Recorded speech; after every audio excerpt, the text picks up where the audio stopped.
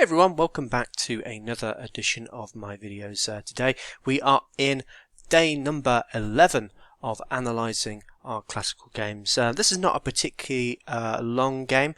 I haven't had a particularly good day online. I've actually had a couple of really bad classical games. The first one I played was so bad I was like, oh, I've got to do another one, and this one is just equally as bad, as I just made some poor decisions. It hasn't been a great day for chess. I've also had a couple losses in a couple of my correspondence games. One that I just had like a total blunder in, and you shouldn't really have any blunders in correspondence chess. So I wasn't particularly, haven't been in the best form today, and yeah, I think the other thing that's been sort of bothering a bit, I've been having some problems with the circulation in my legs. I think it's something to do with my posture more than anything. So in the sort of room in the study room that I practice chess in and do stuff in, the chair I'm using at the moment is like a stool, but it hasn't actually got any back support, and I think that's what's causing me to sort of slouch over a little bit, and it's really taking its toll on my legs a little bit. I'm getting quite a lot of pins and needles when I get up. So today it was just particularly bad, so I've just been spending the rest of the day just relaxing, chilling out, making sure my foot is raised up, and trying to even do just a little bit of exercise just to get the circulation in my legs going. So I'm feeling a little bit better today, but as I say, still a little bit under the weather as a result. So that might explain some of my poor performances today. As I say, this is not a particularly long game, so don't get your hopes up too much if you're hoping for something amazing. But as I say, I want to show you an actually interesting variation, and I thought it was something that had been played a lot before, and I think I was confusing it with a different line. So there's a line in something known as the Cunningham defence, which is in the King's Gambit, and as I say, in the Vienna game, which I've been playing, the Vienna Gambit, it's very similar to the King's Gambit. They share quite a lot of similarities, the only difference just being that the knight is developed before you play f4. That's really the only difference. There is an interesting line in the Cunningham defence, which is an accepted line in the King's Gambit, which goes a little bit like this. So, bishop to e7. I actually play this when I'm playing as black, and it's a nice line actually, because it's quite solid. You get some interesting complications. The idea being the bishop's going to come to h4 and then ask a question to this king as to where it goes to. But after this move, you can play the bishop to c4. And if the check comes in, one way of playing that is really interesting is the move g3.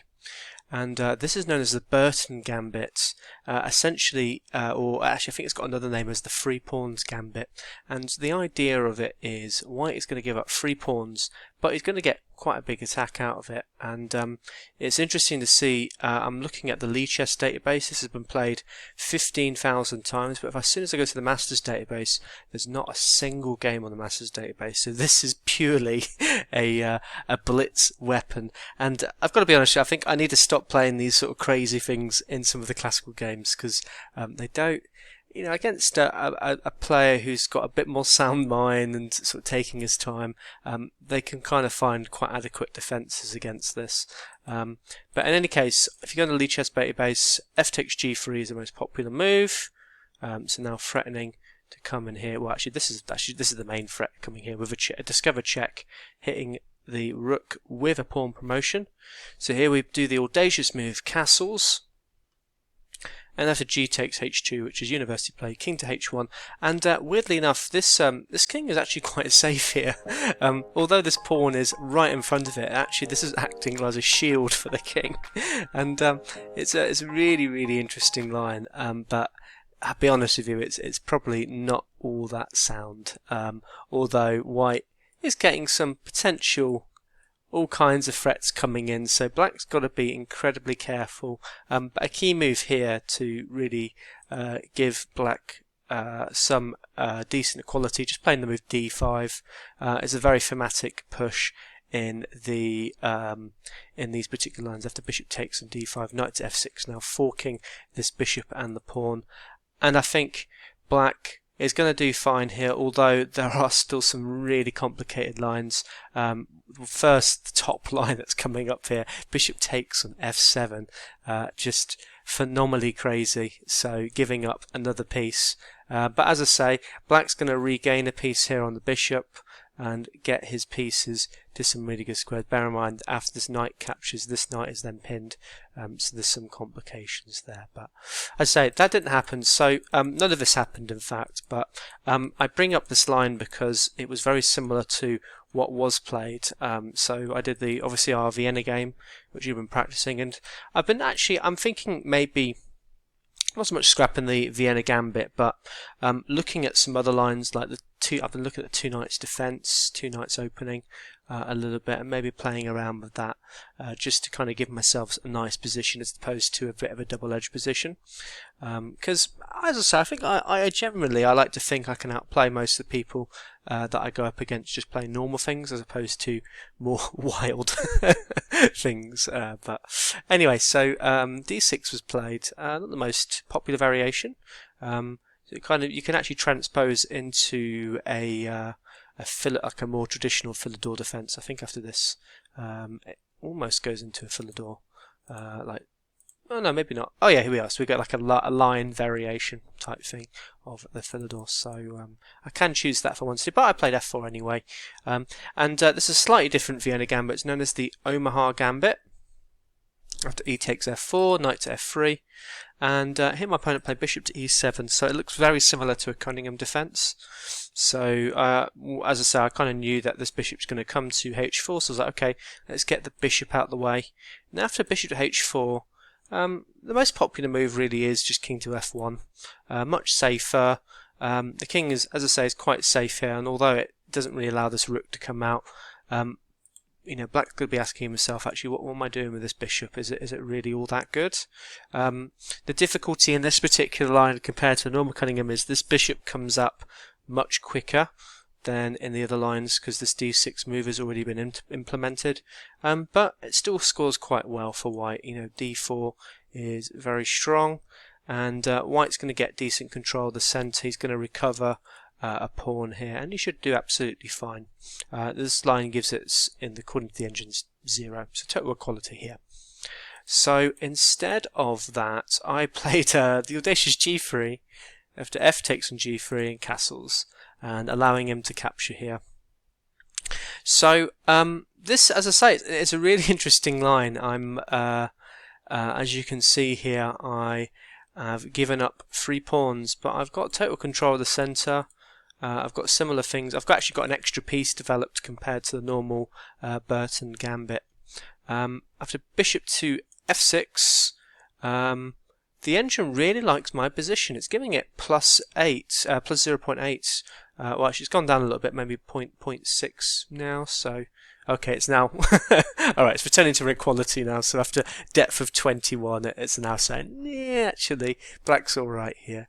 So I continued with the move d4, and knight c6 was played, and I've got to say this is where the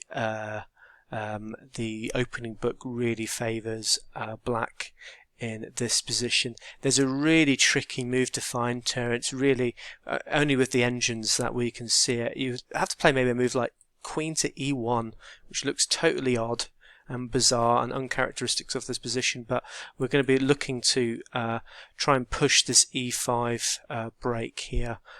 Everything else, I look at the opening book and it's just not looking very promising. Pretty much every game black has won. There's about 20 games in this position. Yeah, you be the judge. But I went a little bit crazy here, and in hindsight, it just didn't work. I just couldn't really. I was looking at the position, going, I swear there's some sort of crazy checkmate or some crazy complication here, but there really isn't.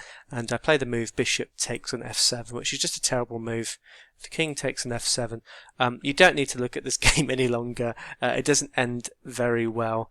I played knight to g5, trying to correct complications. After king e8, yeah, black's absolutely fine. There's no problems whatsoever. Okay, this king can't castle, but white isn't really threatening anything here. I tried to do queen to f3, trying to create some potential checkmates. I was thinking, oh, maybe he might take this pawn with this bishop. I don't know, but none of these things happen. He just played a simple, strong move. Knight takes on d4. And my position's just getting crushed. I mean, I was just playing for total swindles in this position. If you're trying to play maybe bishop to e5, I'm just going to go charge him with a checkmate. But none of these things happened. My opponent defended it quite well. Knight to e6, very strong move. Came back. I actually captured the Asof actually. And at this point, I've got a totally lost position. I played on a little bit longer. It's not really worth looking at the rest of the game because, as you can see, black is totally fine in this position. I'm still lagging behind in development as well. I've got zero compensation for the loss of actually it's two pieces. Is that I'm down? Let's have a look. Oh no, I'm down one piece and 3 pawns. So, in fact, I say that it's 3 pawns. Yeah, it's 3 pawns. Yeah. So, yeah, not a great position to be in. But as I say, it was just interesting anyway. I wanted to show you some potential stuff. As I say, I think in some of my future games, I'm gonna maybe have not really so much look about, just play around a little bit with some safer things. I think I'm playing a little bit too impulsively in some of my games by playing some of these crazy gambits. And actually, whilst they're nice in maybe a blitz match, and you can get the occasional really nice win in a blitz match, in an actual rapid play game, my opponents tend to be a little bit more wary of accepting these crazy things, and if they just play solidly, they tend to just get a good position anyway.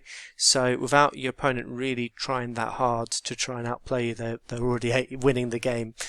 So I'm looking at potentially going into things like this, the 2 knights, 4 knights game, a little bit safer, and then playing moves like bishop to b5, and just playing like a nice calm positional chess. Anyway guys, I hope you enjoyed this video. I'll try my best to upload something tomorrow. I'll see how I feel, if I'm feeling a little bit better. But I didn't want to disappoint you guys by not posting anything today. Take care. Bye.